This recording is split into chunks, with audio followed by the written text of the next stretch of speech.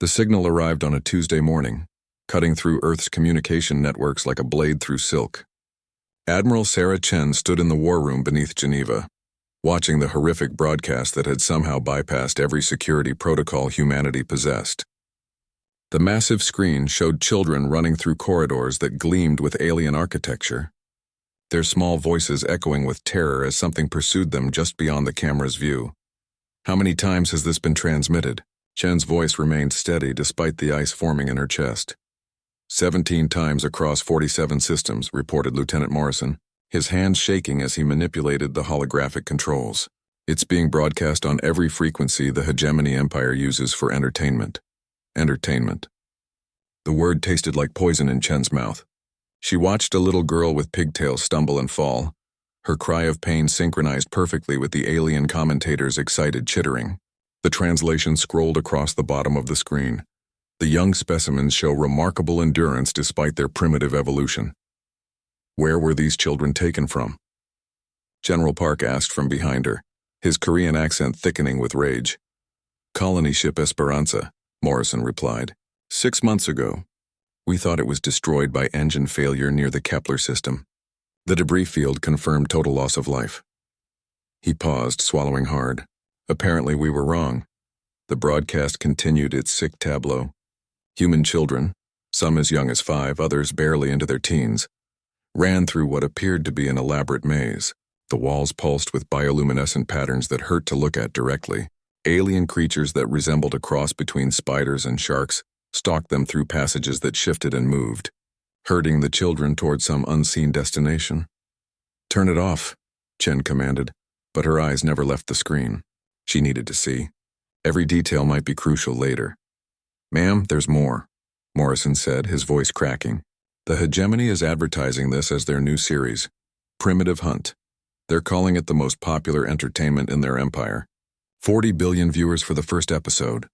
40 billion aliens watching human children die for fun." Chen felt something cold and metallic settle in her stomach. This wasn't just murder. It was genocide as spectacle. The broadcast showed statistics scrolling past alien text.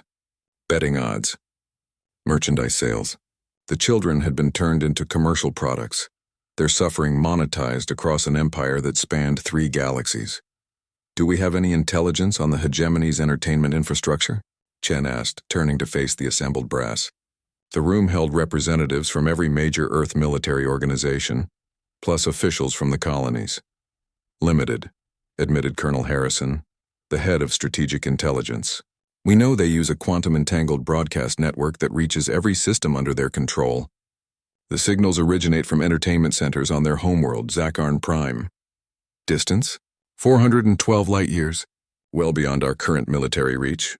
Chen nodded slowly, her mind already working through possibilities. Humanity's fleet was formidable by Earth standards, but they'd only encountered 3 alien species before the hegemony, and all had been roughly equal to human technology.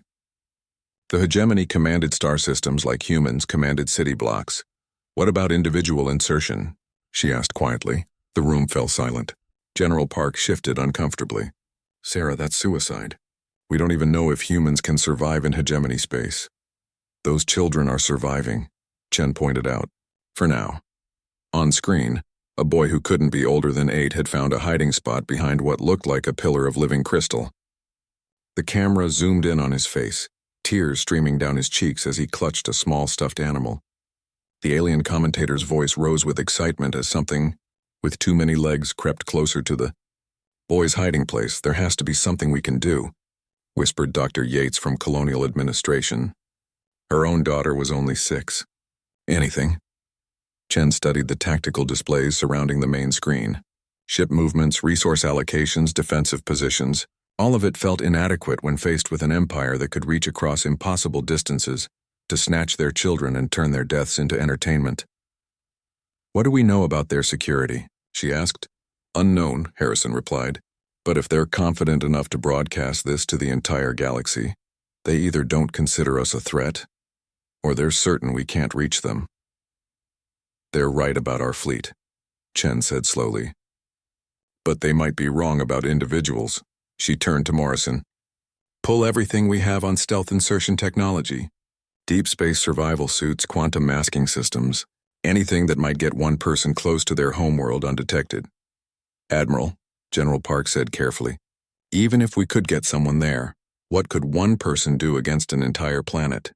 Chen looked back at the screen where the boy with the stuffed animal was now running again, his small legs carrying him through corridors that seemed designed to break his spirit before they broke his body. She thought about the psychological profiles in Earth's military files. The individuals who'd volunteered for missions everyone knew were one-way trips. I don't know, she admitted, but those children are human. They're our children. And if there's even a 1% chance we can do something about this, we have to try.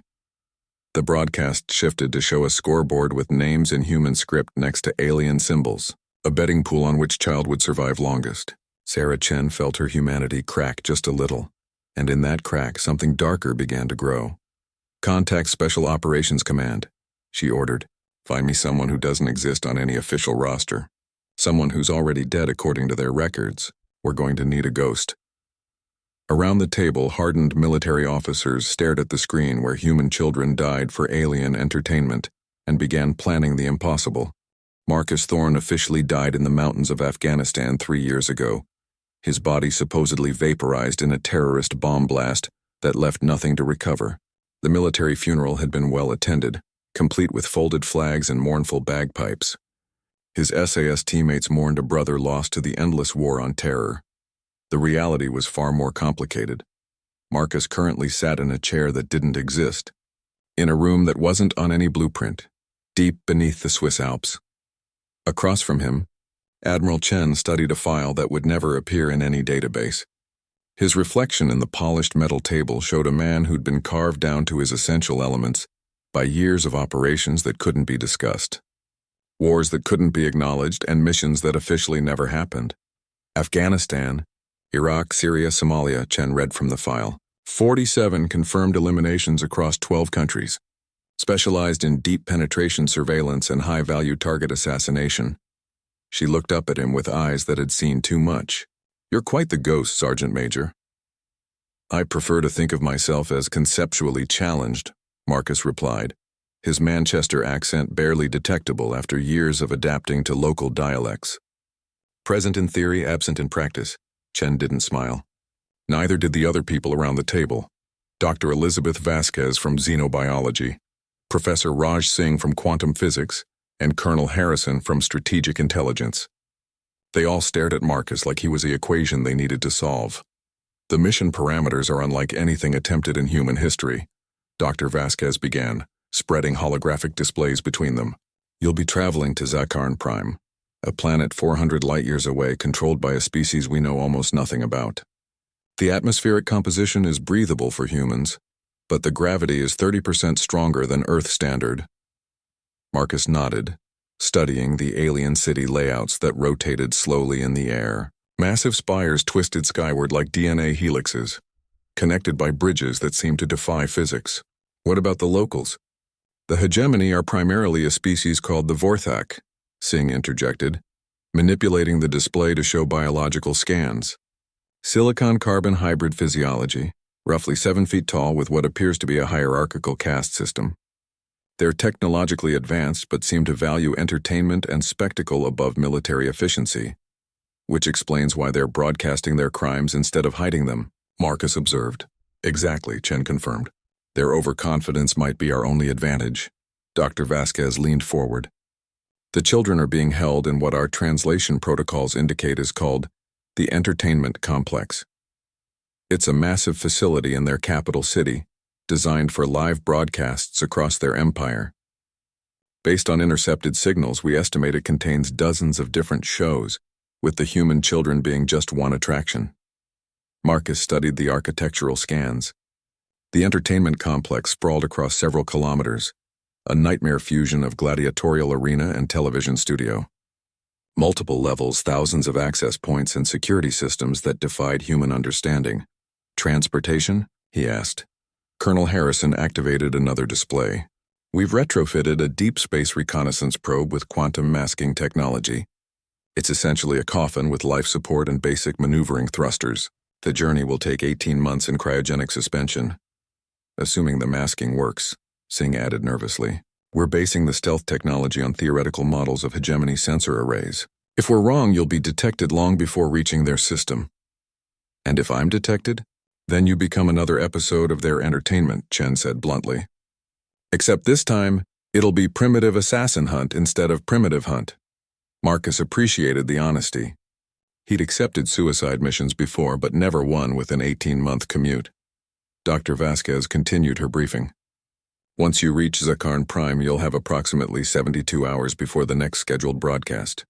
Our psychological analysis suggests the hegemony prefer to let their contestants recover between episodes, which means the children are being held in containment between shows. Recovery time, Marcus repeated, feeling sick. How many episodes have there been? 4, Harrison replied quietly. The first 3 episodes. We lost several children each time. The survivors are showing signs of severe psychological trauma, but they're still alive. Marcus studied the faces of the children in the intelligence photos. Sarah Kim, age 7, David Chen, age 12, Anna Petrov, age 9, 15 children in total, stolen from the Esperanza and turned into entertainment for creatures that saw humans as amusing toys. What's the extraction plan? He asked. Silence stretched across the room like a physical weight. There isn't one, Chen finally admitted. This is a one-way mission, Sergeant Major. We can get you there, but bringing you back. The technology doesn't exist. Marcus had expected this, but hearing it confirmed still felt like a cold knife between his ribs. So the mission is what exactly? Stop the broadcast, Chen said. Permanently. Whatever it takes. And the children? If you can save them, save them. If you can't... Chen's voice trailed off, but Marcus understood. Sometimes salvation came in different forms. Dr. Vasquez activated a final holographic display, showing technical specifications for equipment that looked like it belonged in a science fiction movie. You'll be carrying experimental weapons designed specifically for this mission. Quantum disruptors that should be effective against hegemony technology, molecular acids that can eat through their building materials, and a neural interface that will let you access their computer systems. Assuming their computer systems work anything like ours, Singh added pessimistically. Marcus studied the weapons specifications, memorizing every detail. How long do I have to prepare? The transport window opens in 6 weeks, Harrison replied. We need to launch you at the precise moment when their sensor networks will be focused on a system-wide entertainment event. Something called the Festival of Consumption. How fitting, Marcus murmured. Chen closed the file and looked directly at him. I need to ask you one more time, Sergeant Major. This mission will almost certainly result in your death. There's no backup plan, no extraction protocol, and no guarantee you'll even reach the target. Are you absolutely certain you want to do this? Marcus thought about the boy with the stuffed animal, crying as alien monsters stalked him through shifting corridors. He thought about Sarah Kim, who was probably younger than his own niece had been before the bombing that officially killed him. He thought about the 40 billion aliens watching human children die and cheering. When do we start? He asked. Chen nodded slowly. Training begins tomorrow. You have 6 weeks to become something that's never existed before. A human weapon designed to operate in alien space against impossible odds. Marcus stood and shook each person's hand, knowing these might be the last human faces he'd see for a very long time. See you on the other side, he said, and walked toward a door that led to training facilities where he'd learned to kill things that shouldn't exist. 18 months in cryogenic suspension felt like drowning in slow motion. Marcus emerged from the ice with his nervous system screaming, and his muscles feeling like they'd been replaced with wet concrete. The reconnaissance probe's cramped interior offered no comfort, just barely enough space for his body and the equipment that would either save those children or add his death to their entertainment catalog. The automated systems chimed softly, indicating successful insertion into the outer edge of the Zakarn system. Through the probe's sensors, Marcus got his first real look at an alien star system in the process of consuming everything around it. Zakarn Prime dominated the main display, a planet that should have been impossible. Massive ring structures orbited the world like metallic necklaces, each one easily the size of Earth's moon. Energy conduits visible from space connected the rings to the planet's surface, feeding power to cities that sprawled across entire continents. The planet itself glowed with artificial aurora, as if the atmosphere had been turned into a canvas for light shows. Christ, Marcus whispered, his voice hoarse from months of silence. The probe's artificial intelligence began its final approach sequence, using gravitational anomalies and the system's natural electromagnetic interference to mask their approach. The quantum stealth systems functioned perfectly, bending light and sensor waves around the small craft like water around a stone. As they drew closer, the true scope of hegemony civilization became apparent. The space around Zakarn Prime swarmed with ships of every conceivable design, from massive cargo haulers the size of city blocks to sleek personal craft that moved like silver arrows between the orbital structures. Commerce and entertainment flowed through the system like blood through arteries. Marcus studied the tactical displays, memorizing traffic patterns and security protocols. The hegemony clearly believed themselves invulnerable in their home system. Their patrol ships moved in predictable patterns, more concerned with managing traffic than defending against threats. Why would they expect attacks when no other species had the technology to reach them? The probe descended through Zakarn Prime's atmosphere, and Marcus got his first direct view of an alien biosphere. The planet's surface was a mixture of impossible geometries and organic curves. As if someone had bred architecture with living tissue, cities grew rather than being built, their spires reaching skyward like crystalline trees while transportation networks flowed between them like rivers of light. Everything was huge, streets wide enough for aircraft to land, buildings that stretched beyond the visual horizon, public spaces that could hold populations the size of entire Earth nations. The hegemony had clearly been a spacefaring civilization for millennia, with the resources of multiple star systems to draw upon, but it was the entertainment complex that truly took Marcus's breath away. The facility sprawled across an area roughly the size of Greater London, a nightmare fusion of Coliseum and broadcast studio that defied human understanding of scale. Massive dome structures rose from its center like metallic blisters, each one large enough to contain its own ecosystem. Energy conduits connected the domes to transmission arrays that reached into orbit, broadcasting signals across the galaxy in real time. The probe settled into a pre-planned landing site in the industrial district, several kilometers from the entertainment complex. Marcus checked his equipment one final time. Quantum disruptors disguised as common tools, molecular acids stored in containers that looked like water bottles, and the neural interface that would hopefully let him access hegemony computer systems without triggering security protocols. His appearance had been surgically altered during the 6-week preparation period. Gene therapy had given his skin a slightly gray tint and extended his limbs to better approximate hegemony proportions. The changes weren't perfect, but combined with loose-fitting robes and a hood, he might pass casual inspection in crowds. The probe's airlock cycled open, and Marcus stepped onto an alien world for the first time in human history. The gravity hit him immediately, 30% stronger than Earth standard. His modified bones and muscles handled the extra weight, but every step felt like walking through thick mud. The air smelled wrong too, tinged with ozone and something sweetly chemical that made his enhanced respiratory system work harder to filter potential toxins. Around him, the industrial district hummed with activity that never stopped. Massive factories processed raw materials into forms he couldn't identify, while automated systems moved cargo between towering warehouses. The few Vorthak he saw matched Dr. Vasquez's briefings, 7 feet tall, with elongated limbs and faces that combined reptilian and insectoid features in ways that hurt to look at directly. Marcus activated his translation implant and began walking toward the entertainment complex, listening to the alien conversations flowing around him. The Vorthak language consisted of harmonic clicks and subsonic rumbles that translated into concepts rather than words.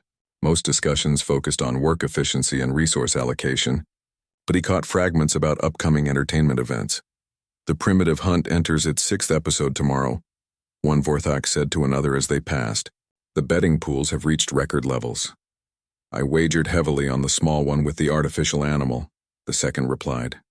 Its survival instincts are remarkably developed for such a primitive creature. Marcus forced himself to keep walking normally, while rage burned through his chest. They were discussing human children like horse races, evaluating their survival potential for gambling purposes. The entertainment complex grew larger as he approached, its true scale becoming apparent only when he stood before its main gates. The structures rose nearly a kilometer into the sky, their surfaces covered with displays showing highlights from various shows currently in production. Marcus saw alien creatures fighting in elaborate arenas, what appeared to be gladiatorial combats between different species, and worse things he didn't want to examine too closely. But it was the human section that made him stop. Breathing for several seconds, a massive display showed the children from the Esperanza in what appeared to be a recreation area between episodes. They sat in a sterile white space, wearing simple clothing that looked like hospital gowns. Some were sleeping. Others stared at walls with the hollow expressions of creatures pushed beyond their breaking points. Sarah Kim sat alone in one corner, clutching the remains of a stuffed animal that had been partially destroyed during the previous episode. The 7-year-old rocked back and forth slightly, her lips moving in what might have been a prayer or a lullaby. Marcus memorized every detail of the display, burning the images into his mind. These children had been stolen, tormented, and turned into entertainment for beings that saw them as exotic animals. The psychological damage visible in their faces spoke of weeks of calculated cruelty, designed to maximize the entertainment value of their suffering. Security around the entertainment complex appeared surprisingly light, probably because the hegemony couldn't conceive of anyone being stupid enough to attack their most important cultural institution. Guards stood at the main entrances, but they seemed more focused on managing crowds of visitors than defending against threats. Marcus circled the complex's perimeter, identifying potential entry points and escape routes. The facility's design favored spectacle over security, with multiple access tunnels for maintenance crews and delivery systems. Getting inside would be possible. Getting to the children might be manageable. Getting out alive was probably impossible, but that had never been the point. As night fell over Zakarn Prime, Marcus found shelter in an abandoned building and began planning his assault on a fortress the size of a city. Tomorrow, the 6th episode of Primitive Hunt would begin, broadcasting to 40 billion viewers across the Hegemony Empire. It would also be the last episode they ever produced. Marcus checked his weapons one final time and settled in to wait for dawn. While somewhere in the entertainment complex, human children tried to sleep in a nightmare that would end one way or another within the next 24 hours. Dawn on Zakarn Prime painted the sky in colors that didn't have names, shifting from deep purple to metallic gold as 3 suns rose in sequence. Marcus watched from his hiding spot as the entertainment complex came alive, its surface displays cycling through advertisements for the day's programming. The human hunt was scheduled as the prime-time finale. Marcus disguised himself as a maintenance worker, a role that required minimal interaction and provided access to service areas throughout the complex. The stolen credentials had cost him one of his quantum disruptors, traded to a corrupt security guard who thought he was selling access to a thrill-seeking tourist willing to pay premium prices for behind-the-scenes tours. The main service entrance processed his forged identification. Without question, the hegemony's confidence in their security systems worked against them. Who would be insane enough to infiltrate their homeworld's premier entertainment facility? Inside the entertainment complex, Marcus discovered a world that defied human concepts of scale and purpose. The facility wasn't just a building. It was an ecosystem designed around the production and broadcast of suffering. Corridors wide enough for cargo haulers connected massive production studios where different forms of entertainment were staged simultaneously. Through the neural interface, Marcus tapped into the facility's information networks, downloading schematics and schedules while appearing to perform routine maintenance checks. The human containment area was located in Sector 7, designated as Primitive Species Housing Unit 3. The clinical terminology made his jaw clench. The children were kept in a specialized facility designed to maintain their physical health while maximizing psychological pressure. Their living space could be reconfigured remotely, creating new mazes and challenges for each episode. Cameras monitored every corner, recording their reactions for analysis by Hegemony Entertainment. Specialists who studied fear the way human scientists studied physics, Marcus followed maintenance tunnels that ran parallel to the main facility, using his stolen access codes to move deeper into the complex. The tunnels were filled with alien technology he couldn't identify, organic-looking cables that pulsed with their own rhythm, atmospheric processors that hummed in frequencies that made his bones ache, and monitoring systems that tracked everything from air quality to emotional resonance. It was in one of these tunnels that he encountered his first real challenge. "You are not authorized for this sector," said a voice behind him in perfectly translated English. Marcus turned slowly to face a Vorthak security supervisor, its elongated features twisted in what might have been suspicion. The creature's forearms ended in manipulator appendages that looked equally capable of delicate work or violence, and its compound eyes reflected the tunnel's bioluminescent lighting like faceted jewels. "Atmospheric regulation maintenance," Marcus replied, holding up a quantum disruptor disguised as a diagnostic tool. "Scheduled calibration for the primitive housing unit." The supervisor consulted a handheld device that projected holographic schedules into the air between them. "There is no scheduled maintenance for that sector today." Marcus had prepared for this possibility. "Emergency calibration. The primitives are showing stress responses that might affect broadcast quality. Entertainment division sent me directly." This touched on the hegemony's greatest fear: declining viewership ratings. The supervisor's posture shifted slightly, becoming more deferential. "You should have proper authorization codes. Do you want to explain to Entertainment Division why you delayed emergency maintenance that could affect their prime broadcast?" Marcus asked, letting irritation enter his voice. "The betting pools alone are worth billions of credits." The supervisor's compound eyes flickered through a spectrum of colors that probably indicated internal debate. Finally, it stepped aside. "Proceed quickly. Report to Supervisor Jath when maintenance is complete." Marcus nodded and continued down the tunnel, his heart hammering against his ribs. The interaction had given him valuable intelligence. The hegemony bureaucracy was just as concerned with covering its collective rear end as any human organization. The primitive species housing unit occupied an entire sublevel of the entertainment complex, accessible only through security checkpoints that required both biometric scanning and mental pattern recognition. Marcus bypassed these systems using molecular acid to create a new entrance through the facility's outer wall, a process that took 3 hours and left his hands raw from handling the corrosive substances. He emerged into a space that looked like a cross between a luxury hotel and a maximum security prison. The children's living area was designed to appear comfortable while maintaining complete control over every aspect of their environment. Soft lighting, breathable atmosphere, and recreational equipment created an illusion of safety that made the surveillance cameras and containment fields all the more sinister. Through reinforced transparent barriers, Marcus got his first direct look at the children from the Esperanza. They were thinner than in the intelligence photos, their faces marked by weeks of carefully calibrated stress. The hegemony had calculated the exact amount of psychological pressure needed to keep them responsive for entertainment purposes without causing complete mental breakdown. It was torture masquerading as production value. Sarah Kim sat in the corner where he'd seen her on the external displays, still clutching her damaged stuffed animal. The 7-year-old's eyes held an emptiness that no child should ever experience. Near her, David Chen was teaching some of the younger children what appeared to be a simple card game, trying to maintain some semblance of normalcy in their nightmare existence. Marcus studied the containment systems holding them.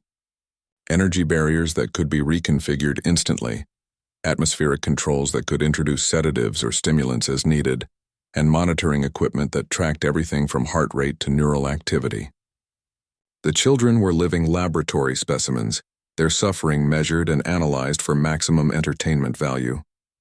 But Marcus also noticed something the hegemony had missed. The children had developed their own communication system, subtle hand signals and coded phrases that let them coordinate without triggering the surveillance algorithms. They were planning something. He activated his neural interface and carefully penetrated the housing unit's computer systems, downloading schedules and security protocols while avoiding the intrusion detection systems. Tomorrow's episode would be the most elaborate yet, a survival challenge that would require the children to navigate an obstacle course filled with alien predators while viewers voted on which hazards to activate. The betting odds heavily favored Sarah Kim's death during the first challenge. The entertainment specialists believed her psychological state made her an easy target for dramatic elimination. Marcus began planning his assault, using the facility's own systems against itself. The entertainment complex's massive size and complexity would work in his favor once he started destroying things. The hegemony had built a cathedral to cruelty, but they'd also created thousands of vulnerabilities that a single determined human could exploit. As he prepared to withdraw and finalize his preparations, Marcus caught sight of something that made him freeze in place. On one of the monitoring displays, he saw David Chen making eye contact with a surveillance camera and mouthing words that the translation system couldn't process, but Marcus could read lips in English. "We know you're coming," the 12-year-old was saying. "We're ready." Somehow, impossibly, the children knew about the rescue attempt. They'd either detected his presence through methods he couldn't understand, or they'd simply maintained enough hope to believe that someone would eventually come for them. Marcus withdrew from the housing unit, his mind racing with new possibilities. The children weren't just victims waiting for rescue. They were survivors who'd been preparing for an opportunity to fight back. His mission had just become exponentially more complex and infinitely more dangerous, but it had also become something else. Achievable.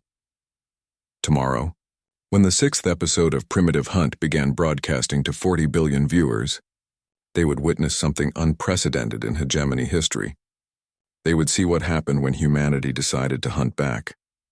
Marcus made his way through the maintenance tunnels, finalizing plans that would either save 15 human children or add his death to their entertainment catalog. Either way, the broadcast would be memorable. The broadcast began at what passed for prime time on Zakarn Prime, when all 3 suns had set and the planet's artificial aurora painted the sky in advertising colors.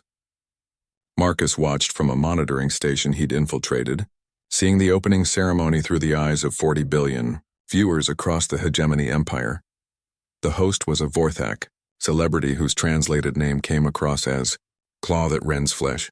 Though Marcus suspected something was lost in translation, its 4 arms gestured dramatically while it introduced the evening's entertainment to an audience that viewed human suffering as the height of sophisticated programming. "Tonight, our primitive specimens face their greatest challenge yet," Claw announced, its compound eyes glittering with reflected studio lights. "The gauntlet of endings has claimed the lives of specimens from 17 different species. None have ever completed its trials." The camera panned across the obstacle course that had been constructed for the children suffering. Marcus recognized some of the hazards from his infiltration: acid pools that could be activated remotely, predator release chambers containing creatures that looked like they'd been designed by nightmares, and maze sections that could shift their configuration while the children were inside. But he also noticed details the entertainment specialists had missed. The children had been studying this course during their brief exercise periods, mapping its layout and identifying potential advantages.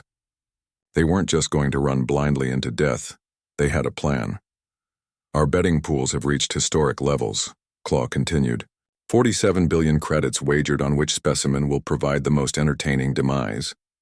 The small female with the damaged comfort object remains the favored choice for first elimination. Marcus watched Sarah Kim on the monitoring displays, seeing her prepare for what the hegemony intended to be her death.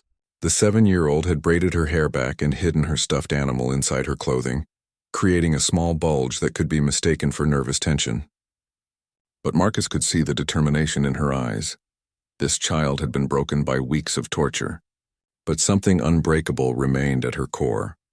The children were released into the course in groups of 3, with 5-minute intervals between each wave. The hegemony wanted to spread out the entertainment, giving viewers time to place additional bets between each elimination. Sarah's group was scheduled to go first. The entertainment specialists believed her psychological breakdown would set the tone for maximum emotional impact. They had no idea they were about to broadcast the beginning of a human counterattack. Marcus began his own assault the moment the first group entered the course. The entertainment complex's power systems were centralized, routed through massive distribution nodes that fed energy to every system in the facility. Marcus had spent hours mapping these connections, identifying single points of failure that could cascade into facility-wide disruptions. His first target was the environmental controls for the broadcast studios. Molecular acid ate through critical conduits, causing atmospheric processors to malfunction and emergency systems to activate throughout the complex. Suddenly, every studio in the facility was dealing with air quality warnings and evacuation protocols. The chaos bought him precious minutes to reach his second target, the communication arrays that broadcast signals to the orbital transmission stations. Quantum disruptors, properly applied, could overload the quantum entanglement systems that allowed real-time broadcasting across galactic distances. But the hegemony's security systems were more sophisticated than he'd anticipated. Intruder alert in Section 12 announced a synthesized voice that echoed through every speaker in the complex. Unauthorized access to critical systems detected. Implementing containment protocols. Emergency barriers slammed down throughout the facility, sealing corridors and trapping anyone who wasn't supposed to be there. Marcus found himself cut off from his planned escape routes, with security teams converging on his location from multiple directions. Worse, the containment protocols had also affected the children's obstacle course. Safety barriers that were supposed to prevent accidental death had been deactivated, turning what was meant to be carefully orchestrated entertainment into an actual death trap.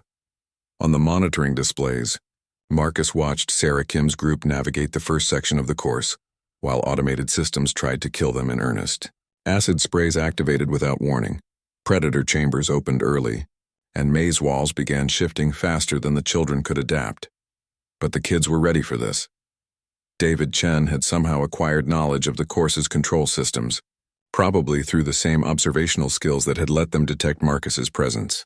As the automated hazards activated, he guided his group through a route that avoided the worst dangers while actually using some of the facility's own defenses against their captors. When acid sprays activated, David led the children to positions where the corrosive streams would hit security cameras and monitoring equipment instead of human targets. When predator chambers opened, he guided them through passages that forced the released creatures into areas where they would damage facility infrastructure. The children weren't just escaping, they were sabotaging the entertainment complex from the inside. Marcus realized he needed to coordinate with their efforts. Instead of operating independently, using his neural interface, he hacked into the course's control systems and began providing support for the children's escape attempt. Barriers that should have trapped them suddenly retracted, while hazards that threatened their lives mysteriously malfunctioned. But the hegemony's security forces were closing in on his position, and they were bringing weapons designed to incapacitate rather than kill. Marcus represented a valuable specimen, the first member of an unknown species to successfully infiltrate their homeworld. They wanted him alive for study and eventual entertainment. "Attention, unknown entity," boomed a voice through the facility's communication system. "You are surrounded by security forces equipped with neural disruptors. Surrender now, and your termination will be postponed for interrogation purposes." Marcus looked at the monitoring displays one more time, seeing Sarah Kim lead her group toward what appeared to be a dead end, but was actually a maintenance hatch the entertainment specialist hadn't noticed. The children were going to make it to the next section of the course, where David's knowledge of the facility's layout would give them even more advantages.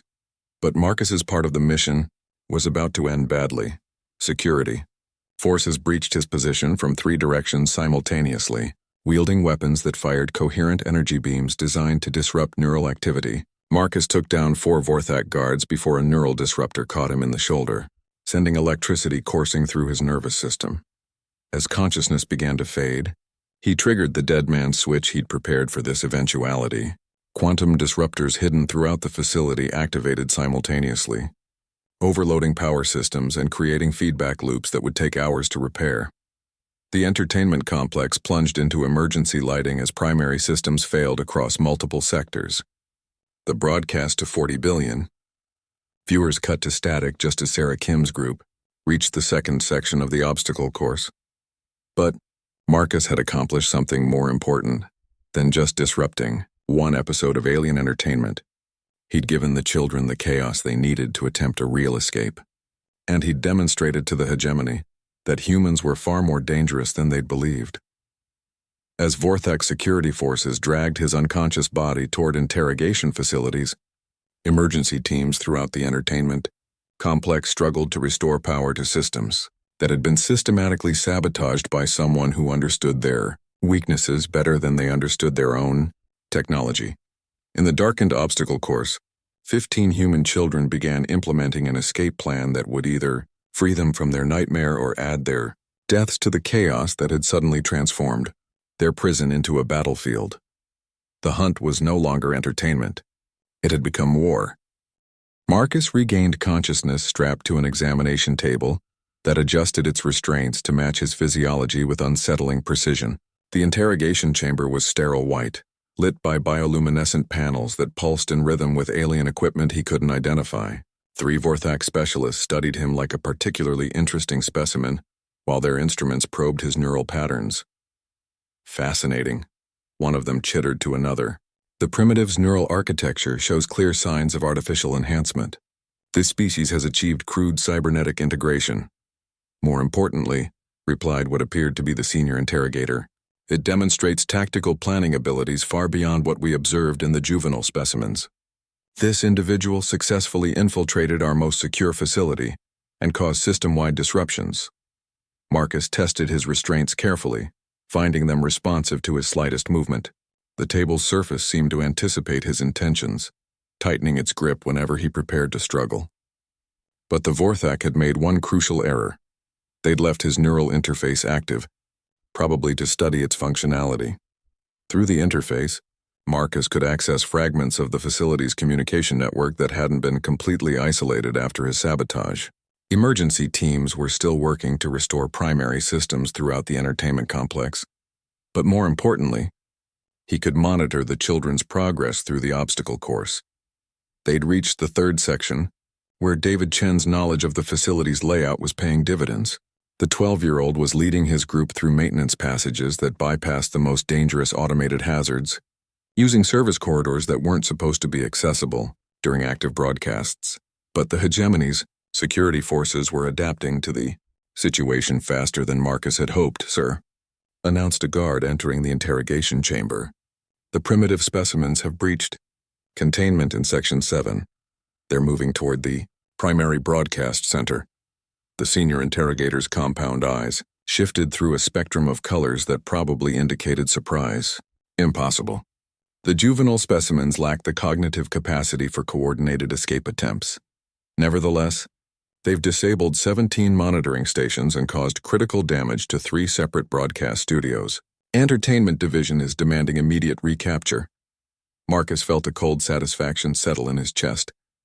The children weren't just escaping. They were systematically destroying the infrastructure that had been used to torture them. Sarah Kim might be 7 years old, but she was proving that human children could be just as dangerous as human adults when properly motivated. The interrogator turned back to Marcus with what might have been newfound respect. Your species coordinates these activities through quantum-entangled neural networks, don't you? That would explain how the juveniles knew to expect rescue attempts. Marcus said nothing, but his silence seemed to confirm the interrogator's suspicions. Remarkable, the creature continued. A hive mind species that maintains individual consciousness. No wonder you were able to infiltrate our system so effectively. The Vorthak's misunderstanding of human capabilities was actually working in Marcus's favor. They were crediting him with abilities he didn't possess while underestimating the ones he actually had.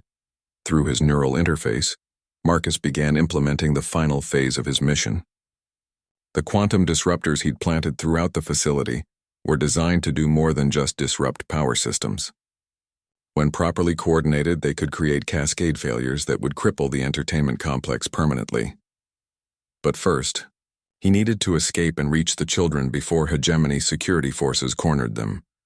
The molecular acid concealed in his dental implants represented his last resort. The substance was designed to eat through virtually any material, but using it meant accepting damage to his own mouth and throat that would probably kill him within hours. Marcus bit down on the implants' activation mechanism and felt liquid fire pour down his throat as the acid dissolved his restraints from the inside. The pain was beyond description, but it freed him from the examination table just as alarms began sounding throughout the facility. The Vorthak interrogators reacted with typical bureaucratic confusion, reaching for communication devices instead of weapons.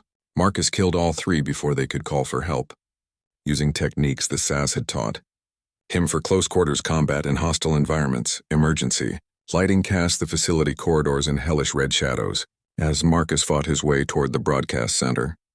The molecular acid was eating through his digestive system, causing internal bleeding that left spots of human blood marking his passage through alien architecture. But he was close now. Through his neural interface, he could track the children's progress as they approached the primary broadcast center, where the main transmission arrays were located.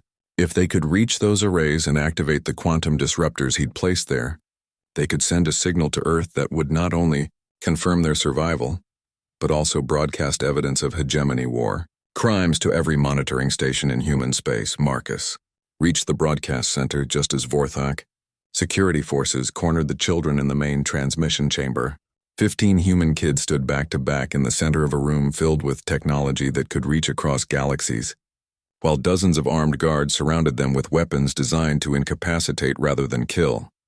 "Surrender immediately," demanded the security commander. "Return to your containment areas and your punishment will be limited to standard reconditioning procedures." Sarah Kim stepped forward, still clutching her damaged stuffed animal, and looked directly at the security commander with eyes that held no fear. "No," she said in a voice that somehow carried across the massive chamber. "We're going home." The 7-year-old reached into her clothing and pulled out a device that Marcus recognized with shock. She'd somehow acquired one of his quantum disruptors during the chaos and figured out how to activate it.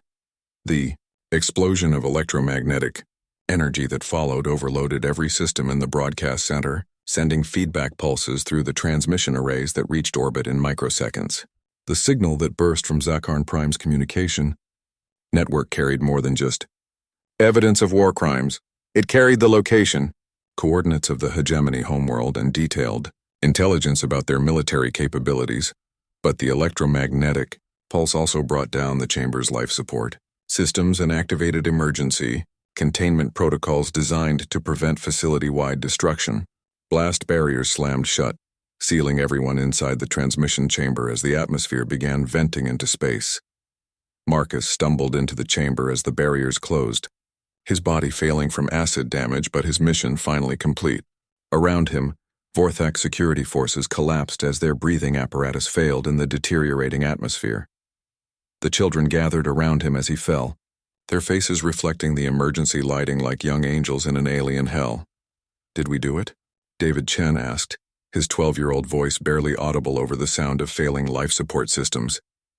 Marcus looked up at the transmission arrays, seeing indicator lights that confirmed successful broadcast to Earth. Somewhere in space, human monitoring stations were receiving detailed intelligence about hegemony military capabilities, along with proof that the children from the Esperanza were still alive. "Yeah," he whispered, tasting blood and acid. "You did it." Sarah Kim sat down next to him, placing her stuffed animal where he could see it. "Are we really going home?" Marcus thought about the signal racing across space toward Earth, carrying coordinates and intelligence that would guide the rescue fleet already being assembled in secret. Admiral Chen had planned for this possibility, preparing ships and crews for a mission that would make his infiltration look simple by comparison. "Your people are coming," he told her, watching as the blast barriers began cycling through emergency unlock sequences. The facility's automatic systems were trying to restore life support, which meant they had minutes before hegemony forces regained control. But it would be enough. The children had proven that humans could fight back against creatures that saw them as entertainment. They'd broadcast that proof to 40 billion viewers across an empire that was about to learn what happened when humanity decided to hunt back. Marcus closed his eyes and listened to the sound of human children planning their final escape from a nightmare that was about to become someone else's problem. The rescue fleet arrived at Zakarn Prime 6 months later, emerging from quantum jump space like avenging angels wrapped in steel and fury. Admiral Chen stood on the bridge of the flagship Retribution, watching through tactical displays as 47 human warships took position around the hegemony homeworld that had turned their children into entertainment. The Vorthak response was exactly what Earth strategists had predicted. Confusion followed by outrage, followed by the dawning realization that they faced an enemy whose technological capabilities had been drastically underestimated. "Admiral," reported Captain Morrison from the communication station, "we're receiving surrender broadcasts from 17 different Vorthak military installations. They're offering to negotiate terms for the return of the human specimens." Chen studied the tactical displays, showing hegemony ships fleeing their home system, rather than engaging an enemy that had somehow traveled 400 light years. in half the time their best physicists said was possible. Humanity's quantum drive technology, developed in secret over the past decade, had given them capabilities the hegemony couldn't match. Ignore their surrender offers, Chen ordered. Open a channel to the entertainment complex. The main screen flickered to display the same chamber where Marcus Thorne had died 6 months ago, now serving as a makeshift command center for Vorthak officials trying to manage the crisis. The security commander who had faced down 15 human children stood before the camera, its compound eyes reflecting fear. "I am Admiral Sarah Chen of the Terran Defense Force," she announced, her voice carrying across space to a species that had learned too late what human children were capable of. "You have 48 hours to deliver every human being currently held in your territory to the coordinates I'm transmitting. Failure to comply will result in the systematic destruction of your homeworld." The Vorthak commander's translator struggled with concepts that didn't exist in their language. "Surely you cannot intend to destroy an entire planet over 15 primitive specimens. The economic loss alone would be—" "Those 15 primitive specimens are human children," Chen interrupted. "And they've just taught your entire empire what happens when you mistake human compassion for human weakness." In the entertainment complex's medical bay, Sarah Kim watched the exchange on a portable display while human medics checked her for injuries that would take months to heal. The 7-year-old had grown during her captivity, not physically but in ways that made her seem far older than her years. "Are they really going to blow up the whole planet?" she asked Dr. Reynolds, the fleet psychologist who'd been assigned to help the children process their trauma. "Only if the aliens don't return every human they've taken," Dr. Reynolds replied carefully. "Your people don't make empty threats, Sarah." The child nodded solemnly, understanding implications that no 7-year-old should have to grasp. Around her, the other survivors from the Esperanza were dealing with their own complex emotions about rescue that had come at the cost of interstellar war. David, Chen sat in the corner reading technical manuals about quantum drive systems, his 12-year-old mind already working to understand how humanity had achieved what the hegemony considered impossible. The boy who'd led their escape through alien death traps was now studying the technology that would ensure such horrors never happened again.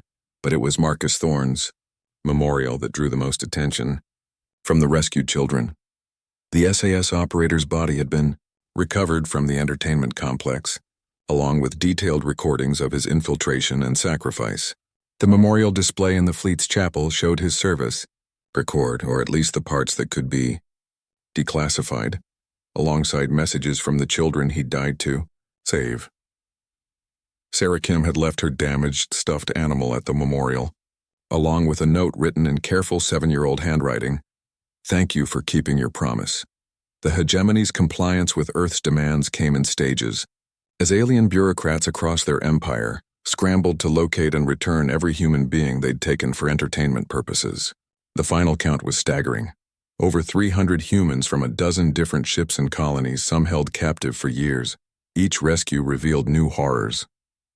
Humans forced to fight alien gladiators for entertainment. Children raised from infancy as exotic pets for wealthy Vorthak families. Adults subjected to psychological experiments designed to study fear responses for broadcast purposes. But the rescues also revealed something else. Human adaptability and resilience that had allowed survivors to not just endure their captivity, but to learn, plan, and prepare for opportunities to fight back. Admiral Chen stood in the war room aboard the Retribution, studying reports from across hegemony space as the full scope of their empire's crimes became clear. The aliens had treated humans as a curiosity, a primitive species suitable only for entertainment and study. They'd failed to understand that humans were apex predators who'd simply been caught unprepared. "Admiral," reported Lieutenant Morrison, "final transport ships have departed hegemony space. All recovered humans are en route to Earth." Chen nodded, then activated the fleet-wide communication system. "All ships, this is Admiral Chen. Mission objectives have been completed. All human personnel have been recovered from hegemony territory." She paused, looking at the tactical displays showing Zakarn Prime and its terrified population. The planet that had broadcast human children's deaths to 40 billion viewers now cowered before a rescue fleet that could have reduced their homeworld to radioactive debris. "However," Chen continued, "certain educational measures are still required. The MAG quantum bombardment that followed lasted exactly 18 minutes. 1 minute for each month the children from the Esperanza had suffered in alien hands. The bombardment targeted the entertainment complex and every facility associated with the production of suffering for alien amusement. When it was over, the structures that had turned human pain into galactic entertainment were nothing but fused glass and twisted metal. The message was clear. Humanity had demonstrated both the capability and willingness to reach across impossible distances to protect their own. 3 years later, Sarah Kim stood in the memorial garden on Earth, placing fresh flowers at Marcus Thorne's grave. The 7-year-old who'd survived alien death traps had become a 10-year-old who studied military tactics and quantum physics with equal enthusiasm. The nightmares still came sometimes, but they were different now. Instead of being hunted through alien corridors, she dreamed of hunting back through the stars, ensuring that no other children would ever face what she and her friends had endured. The Hegemony Empire had collapsed within months of the Zakarn Prime incident, their member species abandoning an alliance that had proven incapable of protecting them from human retaliation. Other alien civilizations took note, adjusting their policies toward humanity with newfound respect and carefully maintained distance. David Chen had enrolled in the Terran Defense Force Academy at age 13, his application personally endorsed by Admiral Chen herself.